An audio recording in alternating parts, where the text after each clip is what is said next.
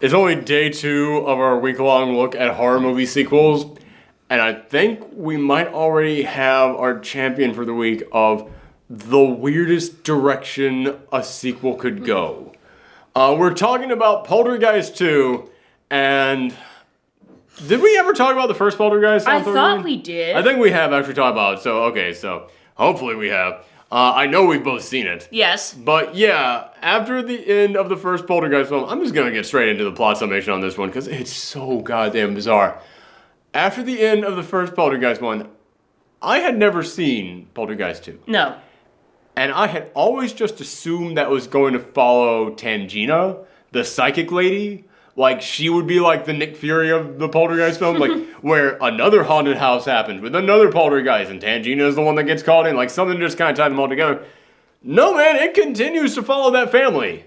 After they left. Yeah, they are now living with the mother's mother, like the grandmother. So. Yeah, it's following the mother's mother, but yeah, it's following the Freelings family, and they are now in this house, and suddenly weird stuff starts happening again. Yeah. And this film, there's parts of it that feel like it is so guilty of just sequel baiting, or like, not sequel baiting, but rehashing, sequel formula, whatever you call it. Yeah, sequelitis. Sequelitis. That's it. All right. That's it. Okay, thank you. It feels like it's so guilty of sequelitis because there's so many times where it's just like, it's kind of like that thing from the first movie. Like, there's even the moment in which the poltergeist, or whatever it is in this one, comes to attack, and the little girl even turns around and goes, "They're back!" And I hated that moment. Like, how dare you, movie? Shame on you. Yeah, like, they didn't even say they're here. Like, she even said they're back as if it was like, okay, we need something for the trailer. We need something for the trailer. So, goddamn. So, there's many things like that. And there's many other moments in there where, like, you know, oh, I'm looking in the mirror and stuff is happening to me. Kind of like in the first film. However, this film also goes in a completely different direction at one point, and it's so batshit crazy compared to what we saw in the first film. Because in the first film, it's pretty simple. It's just a haunted house. Yeah. Except that you begin to learn, like, okay, there's a little bit more to it than that, and that they actually built this on an ancient Indian burial ground, so that's why the house is haunted. But yeah, that's kind of all that there is to it. It's very simple.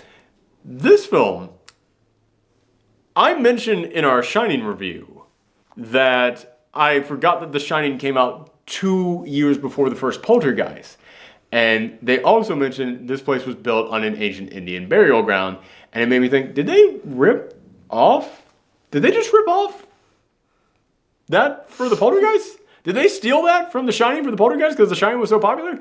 And watching this film, now the little girl, she has The Shining. Yeah. She's psychic in here. And her grandma is also psychic. And she's giving her the speech about, okay, it's going to show you all these things and everything. It's like, okay. Like, it just is not afraid to, like, go in that direction. They just completely steal that from The Shining. And now their house is being haunted because when the little girl got sucked into the other dimension at the end of the last film, a bunch of ghosts that had been trapped in purgatory saw her go through, and they thought, that's our way out. Let's find her. Let's go to her. So now they're following the little girl. So now that's why their house is haunted again. And it's so weird to me to just think, like, wow, how long did they have to sit down in a writing room and actually ask themselves, all right, how are we going to possibly justify them being in 2 haunted houses in a row? Like, statistically, being in 1 haunted house, very small. But 2 in a row. How do you manage that? And it's such a crazy explanation. But it actually kind of works. I'm actually kind of okay. Like, I'm not okay with it because it's a really stupid idea. But, like, it makes sense. It works. It works. I can't point at it and find fault. Like, I actually kind of have to applaud them for looking at a thing that happened in the last film and going, how can we carry this over into the next part of their story? And, like, that's actually kind of, like, good writing. Almost like that's actually the kind of question that someone should ask when making a sequel. Like, how do you carry a thing from the previous film over into this one? Yeah, but, like, they didn't, like, Tangina came back, but, like, she's no longer, like, the main, It feels like they had Tangina for a day. Yeah. It feels like she came in and was just like, okay, well, yeah, you've got monsters again. My friend here will take care of it. Bye, everybody. Mm-hmm. And yeah, then they have this Native American guy move in, and man, I hate any time that they take any group of people and try and go, these people just naturally have magical powers. And the Native Americans have gotten that probably worse than any other group out there. Because, yeah, this guy moves in and he's literally able to, like, control the wind. Yeah, he's like... able to talk to the spirit of the dad's car.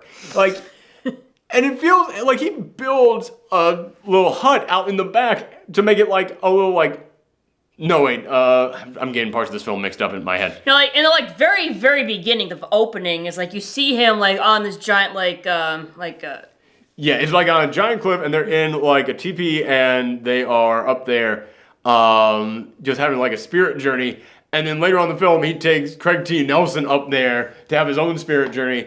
It's like, man, this has to be offensive on some level. Like, I don't want to speak out on a group that I'm not a member of, but, I mean, it has to be offensive that Native Americans can only get in a movie if they have magical powers. Like, I feel like that has to be something that has to be a problem. So he ends up moving into the house to help them deal with their monster problem. And Craig T. Nelson, he's being this, like, stereotypical, like, 1980s guy, which I shouldn't say it's stereotypical in the 1980s because it's been going on before that and it will be going on after it. It's going on to this day. But he's being that average, like, I'm the head of this household, and I should be the one taking care of this. Who's this other guy coming into my house, helping to raise my children? I don't want any part of any of this. And that was a big thing that we mentioned this in our Shining review. That, God, we've talked about so many horror films, I keep mixing up people's names, so I'm just going to call him Jack Nicholson. Jack Nicholson's character in that film is meant to be like the embodiment of that fear that people were trying to push on like middle class, average white dudes at the time. That, hey man, if you're unhappy in your life, it's not because of you, it's not because of anything else going on, it's because of other people. It's because you're not taking care of your family enough. It's because of your wife and kids. That's why your family's all messed up. And watching this film, we keep mentioning how this franchise has really ripped off The Shining in several ways. But watching this film, as I said, there is this new person living in his house, taking care of his family, and you can definitely tell that Craig T. Nelson is trying to be like that guy. He's trying to be that like, oh, someone else is another man is in my house, eating my food, telling me what to do. And yeah, he's trying to be that, and it gets exaggerated so much more when it gets to this point in which the villain in the film is introduced.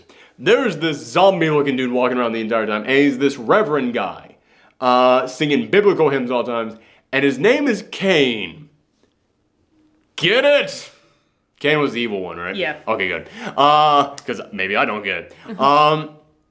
But he comes up and he tries to like smooth talk his way into the house, and basically the speech that he gives, it basically boils down to, hey man, your dick isn't big enough. Like, that's basically what it boils down to. Like, you're not enough of a man. But maybe this other guy who's living in your house, maybe he's enough of a man to take care of your family. Because clearly you can't do it. Like, it was that fear that they kept trying to, like, push on men around this time. And again, it's not like it just started at that time. It's always been around. But it was this thing of just like, hey man, middle class, average dude out there, are you afraid that you're not good enough? Guess what? Maybe you're not really good enough. Like, that's the fear that they were trying to push. And that's what this guy was basically saying. It's like, are you going to step up and be a man in here? If you are, then you'll let me inside your house. Me, a total stranger who looks like a zombie. Just saying, what could possibly go wrong? That dude, it gets revealed throughout this movie, he was this crazy-ass reverend. Like a doomsday prophecy guy who led a bunch of people into a cave. Like, we're talking about, like, during settlers' time. Yeah, settler time, like during the Pilgrim Age. Yes. Led them into a cave, said the world will end on this day. The world did not end, but he refused to let them out. And he kept telling them, no, trust me, it's gonna come. And they all just eventually died in that cave. So all of them have been sitting in purgatory this entire time. And they're the ghosts that decided to reach out to the little girl when she was going through this ghostly plane. And they're the ones haunting them. So Kane somehow has the ability to come back into the real world on his own. Like, he's basically like the devil or something He's like that. very much like the devil. And I gotta give this movie credit. He's creepy. There's a lot of creepy ass imagery in this movie. Yes. I gotta give it to him. Like, there's a lot of stuff in here that should be stupid. Like, there's a moment in which the son's braces start going crazy. Yeah. And just start, like, growing out. He's got, like, weird, like, metal sticking out of his mouth. And it starts, like, tying him up like Spider-Man webs to the ceiling. Mm-hmm. And it should be dumb, but you see, like, them all getting, like, wrapped up in this, and it kind of was a little bit terrifying of, like, oh, shoot, that would actually really hurt. Mm-hmm. Especially him, since it's all coming from his teeth. Yeah. Yeah, so it's stupid, but it's unnerving at the same time. And I think that sums up this entire film. Because it's not like I'm pointing to anything in this film and saying, like, story-wise it's really all that good. But I can point to a lot of the imagery and say it's really creepy. Because this film, it eventually just continues to focus around this idea of Craig T. Nelson being afraid he's not enough of a man. Which, that shouldn't be the plot to the sequel to your Poltergeist film. And he's getting drunk on tequila one night and he swallows the worm. And then it results with him just puking up a giant worm monster. Well, like, and I think the devil, like, possessed the worm. The devil possessed the worm and then it tried to possess him. Yeah. So now you've got Craig T. Nelson going around acting like the zombie dude. And man, he was not pulling that off. I did not think that he was really capturing that same tone as him. So instead, it just felt so bizarre watching him try to do this. Like, when you're watching a movie, you should never stop and feel like, I'm watching actors read lines from a script. And that was the moment in which I looked at that and I was like, he is an actor reading a line from the script. I am not in this world anymore. I am completely cut off from it. But after that, he ends up puking up the worm, and out of his body comes this, like, giant worm monster that then starts slowly mutating into the old zombie man, I guess? Yeah, like it starts growing a face and it starts growing arms and like starts flopping all around. It's really disturbing and gross. And even though you stop and go, okay, that was a tequila worm. That was a tequila worm they threw up. That doesn't sound very scary, but the visuals on it are really messed up. I gotta give them some credit on that one. Same thing for what happens at the end of this film, which... Do you have anything you want to say before we get into what happens at the end of this film? In preparation for the spoilers, the grandmother ends up dying. So, oh, yeah, you should know that. yeah, so... Which she like, just kind of, like, fades away at, like, the perfect moment of, like, well, I have to go off to this other place for something that will pay off later now. Bye. Bye. So, yeah, we should let you guys know that one, but, I'm... Score-wise, before we get into, like, the spoilery stuff, I'm going to give this, like, a 5 out of 10. Like, I'm looking at, like, equally good, equally bad stuff. Yeah. Yeah. What would you give it? I say, like, maybe around the same thing, because, like, there's good, but it's also bad, and it's, like, it just ends up being, like, a very weird hodgepodge. Yes, it is a weird hodgepodge. Yes. Is exactly what this is. But at the end of this... They have to then find a portal into the ghost world. They jump into the portal, and then they have to actually confront Kane, who mutates into a giant monster. They're like flying. Yes. They're flying in this big Technicolor landscape around them, and Kane is there as this giant monster, and they have to, like, actually... Tell the dad, trust me, your love for your family, it will be your tool. It will be the thing that guides you. So again, this entire film is all about Craig T. Nelson having to figure out whether or not he's a good enough dad. Which again, kind of a weird thing to have that be the subject of the sequel. Whatever, fine, we're far past that. And they're facing off with this monster, and there's a moment where the monster grabs the little girl. And again, you look at this and it's like, this is the sequel to Poltergeist, and we're in a Dragon Ball Z fight here with this family of people. Just like, no, together we will all stop the giant demon monster on this astral plane. It's like, when did this become Power Rangers? What am I watching here? Like, when did this become a Super Sentai show? Like, honestly, like, the thing that makes, like, the first Poltergeist so scary is because you don't know what's on the other side. You don't know? Yeah, exactly. That is a good point. So it's weird to show us this. Yeah, it's like, oh, they're flying around in these clouds. This is kind of weird. It is weird. It's like, and also it's that the family seems so real and so, like, just a regular family. And here, I will say, like, they're freaking out in the astral plane like a regular family would. But still, you're watching this people who you're rooting on as, like, an average family now flying through the ghost realm. Yeah. Like, this is just weird, man. It's so bizarre. But the giant demon Kane grabs the little girl, and man, you want to talk about good visuals in here. Grabs this little girl, and the little girl is like, no! And then there's like this fade cut to just a decayed husk of her, still screaming out, no! It's a really disturbing fade. It's not like a really good effect. No.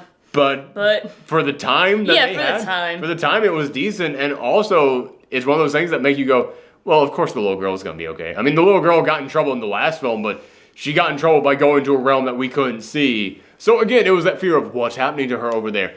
But they're never going to actually show something horrible happening to a little girl. Holy shit, I just watched that little girl turn to a decaying husk. That's disturbing. So I gotta give him some credit on being willing to go there with this.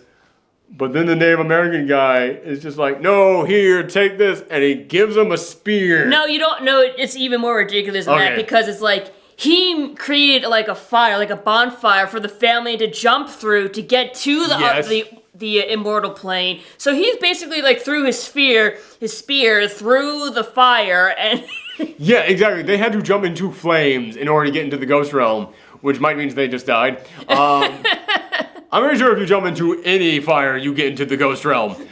You just can't get back. So yeah, he throws a spear at them, he grabs the spear, and it's like lighting up with like the power of family and teamwork. And it is like an 80s cartoon, where it's like, the power of friendship defeats the evil monster. And yeah, he's able to take out the monster with that, but then no, it comes back. And they end up losing their portal, they lose the way back. But then Grandma comes back. And she has the little girl with her. Yes, because the little girl was being pulled into, like, the darkness with Kane. But then Grandma comes back and she saved the little girl. And now she gives them the way back. And at the end of this film, like I said, like, one tiny, like, running gag is that the Native American guy wants the dad's car. He keeps saying, the car would be much happier with me. And then at the end of this, he can't start the car up, and then the Native American guy's like, well, the car would be happy with me. So he just gives the car to the Native American guy. He gives the car to start up first try, and then drives out of there with it. And then at the end, they're like, how are we going to get home?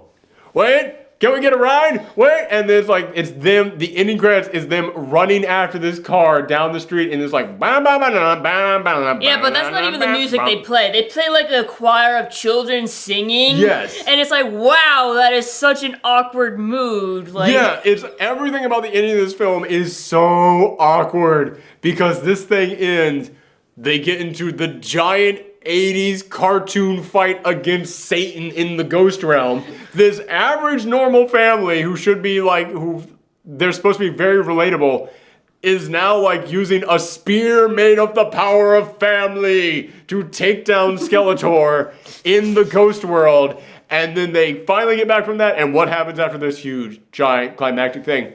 Oh my god! Our car! Except, again, the music.